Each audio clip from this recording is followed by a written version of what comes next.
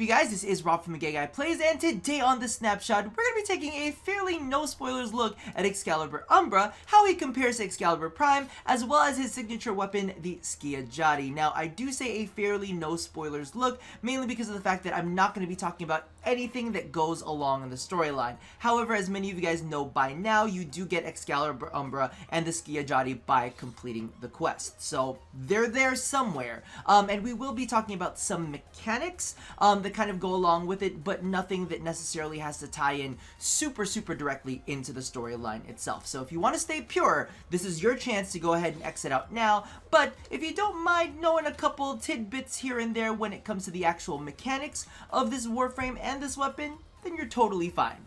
Alright, so let's go ahead and jump right into the Skiajati. Starting things out, the way that this compares to the other Nikon is it's actually one of the fastest, or the fastest, and it's also got the highest, status chance. So as you can see right there, it's topping the charts at 117, and its status is 27%, which is fantastic for status, because you want to apply as many layers of status as you possibly can.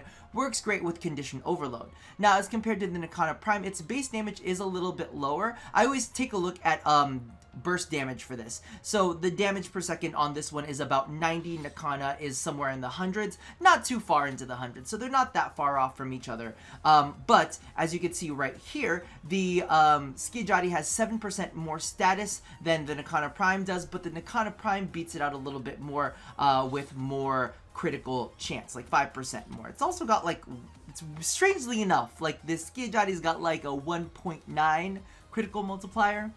I don't know what the hell the deal is with that, but regardless of its shortcomings, it still performs extremely well. So let's go ahead and take a look at my current build for this. This is, again, one of those things that is going to be a little bit of a mechanical spoiler. So I do have the 2 mods that come from the quest in there, as well as condition overload, because, you know, we want to go ahead and push the status effect. We've got Blood Rush, which pairs well with Sacrificial Steel.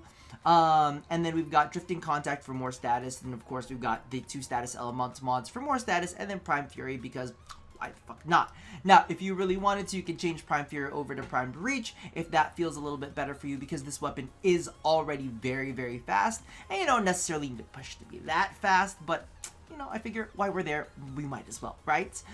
So let's go ahead and take our little friend Billy for the spin. Now, as you can see here, I am currently rocking the Nidus, theme. If you guys want me to do a video on the themes and just kind of like take you guys through which ones look like what, let me know in the comments below, because I kind of want to pick them all up. So as you can see right here, we're applying a lot of status very quickly, and Billy's pretty much dead.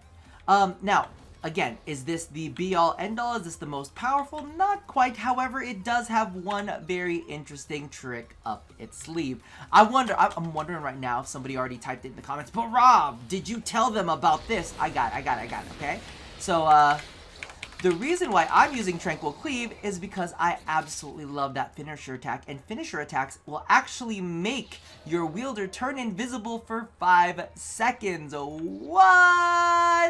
That is absolutely nuts. So let's go ahead and see that again, because of the fact that I think it's a really cool mechanic. At first I thought it was tied to Umbra, but it's actually just tied to his, come on, land it, yes! So what this actually does is, as you can see right here, you can end it early by attacking. So it's kind of like the precepts that the Sentinels have, the Ghost has, where, you know, basically turns you invisible until you attack. So it's very similar to that. Now, as you can see, because of the fact that we got some cool finisher damage in there, we can take enemies out pretty quick in like under 10 hits, and this thing is pretty beastly. But then again, all of the Nikanas have this capability, so part of me like doesn't necessarily want to give that away. The really show-stoppingness is, of course, whenever you finish enemies, and this pairs well. I mean, you don't necessarily need to use it with this, but I'm just saying, get this with a little Naramon action, dash through some enemies, do some finishers back to back.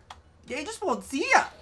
and I'm kind of super duper into that. Now, moving on to Excalibur Umbra, as you can see right here, he's basically a statistical carbon copy of Excalibur Prime, except he's got a few different interesting tricks up his sleeve, which for the most part will work for your benefit, but might not if you've invested into some interesting arcanes into your operator. So let's go ahead. I'm actually going to pull out Excalibur Prime real quick, and I'm going to show you what I'm talking about. So, as you can see right here, I've actually brought up a little bit of ability, taken off invincibility, and reduced it to level 100 because, you know, I don't want to die instantly.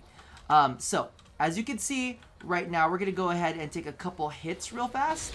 So, let's do that. And I'm at 464 health. Now, I have both a Nourish and a Replenish on my operator. And as you can see, he's getting healed every single time I jump out and jump back into my operator, right?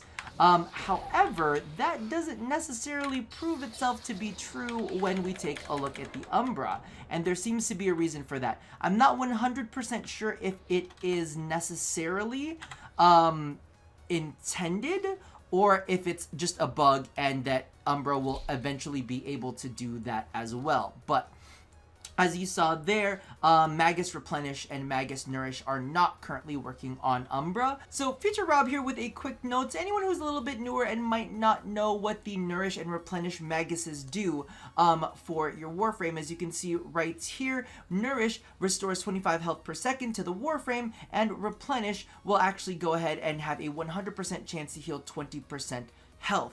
As you can see in the footage, that's not quite happening with Umbra, but meh. I'll go ahead and pass it back to Pass Rob. Boop. But let's go ahead and jump into what I'm talking about, because the mechanic that we're at here is, as you can see, I'm gonna go ahead and take a couple hits. Boom. And let out a little bit of a howl to keep him out of trouble. Oop, but I've got regeneration on, so maybe that doesn't quite work. Come on. Hit me again. How about you hit me again? I'm giving you a free hit. Okay, so I'm at 982. But as you can see right here, no matter how much I pop in and pop out, I like restored 1 point of health there. But as you can see, let's take some more hits. Okay, so as you can see here, unlike Excalibur Prime, I'm not able to restore health to him. However, as you can see here, Umbra is definitely his own creature, which basically kind of like allows you to fight by almost a Umbral Spectre. So that's basically what he's doing. As you can see, he's fighting on his own, which is pretty freaking dope. He just slash dashed right through him. And boom, he's out. So basically, that's kind of like the mechanic that is there with Umbra, is that legitimately Umbra becomes their own standalone fighter. And as you saw too, the only difference in his ability is now instead of a radial blind, he now has radial howl. So let's take a look at that real fast. And it does actually have one little added benefit to it, is that it causes sentience to shed any built up resistances, which I don't believe is something that Excalibur Prime has the ability to do. So let's double check that real quick to make sure that we're speaking facts. But as you can see here, radial blind just emits a bright flash of light, blinding all enemies in a small radius. And that's all that is. So Excalibur Umbra does have a bit of a leg up when it comes to sentience. Not that you honestly couldn't use your operator just to go ahead and strip the resistances off of them anyway. So that's kind of a thing. However, I will say his Exalted Umbral Blade does look a lot better than I feel the Excalibur Primes does. So look at that. Oh, it's so, and I think it's got like dual tone metallics too. It's so badass. Now I am currently playing with a build for Excalibur. That's why I'm not necessarily showing it to you right now, because I want to give it a little bit more of a test. But it's going to be really, really survivable. Has a lot of health restoration that goes along with it to be able to keep you up and fighting. But that about does it for the comparisons. I hope you guys have enjoyed the quest. If you haven't played the quest yet, hopefully this didn't give away too much for you. But this is very, very cool. I really, really like the mechanics that they've added in, and I cannot wait to get that disgusting pink like flesh blob that randomly appears on his neck to go away, but I'm very, very happy at the fact that for the most part the scarf covers it. Fashion frame conquers all. So that about does it for me for now. Leave any more of your feelings down in the comments below. And as always, love somebody, hurt nobody, and touch yo body. And just in case anybody asks, I don't actually think that I showed it off. Yes, you can use the Umbra mods on Excalibur Prime, so pretty much even keeled. You guys take care of yourselves. I'll see you guys next time. Bye-bye!